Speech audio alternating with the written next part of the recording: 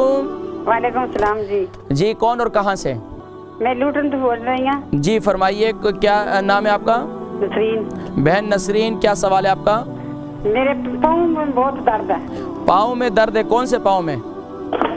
सज्जे पैर में पाँव से बहुत दर्द है। कौन से हिस्से में? एड़ी में दर्द है, पंजों में दर्द है, तलवों में दर्द है? तलियां नीचे अंगलियां थी। तो क्या आपके शूज उनको देखें कि शूज कैसे हैं, आपको उनको थोड़ा सा चेंज करें ना। शूज महंगे पानी असल में महंगी और सस्ते की बात नहीं होती है, बात ये होती है कि आपको रास आने की, कि वो ज्यादा फ्लैट तो नहीं है। नहीं फ्लैट नहीं फ्लैट। अच्छा आपकी उम्र कितनी है? अपनी हमारी उम्र 40 के साल। जी 40 साल। लूटन से हमारी बहन नसरीन थी, उनके पाँव में काफ़ी दर्द रहता है।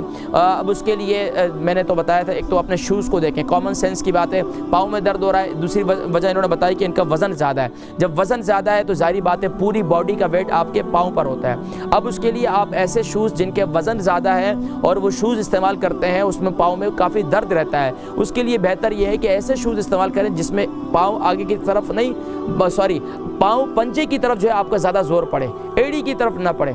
अगर एड़ी की तरफ ज़्यादा जोर पड़ेगा तो आपके पाँव में हमेशा दर्द रहेगा और यहाँ तक कि आपके घुटनों पर भी और कमर में भी तकलीफ शुरू हो जाएगी। तो कोशिश करें कि ऊंची एड़ी वाले, ज़्यादा ऊंची एड़ी नहीं, यानी थोड़ी सी ऊंची एड़ी वाले शूज़ पहने और उसमें जो है पितावा कोई नरम सा रख लें। एक काम ये करें।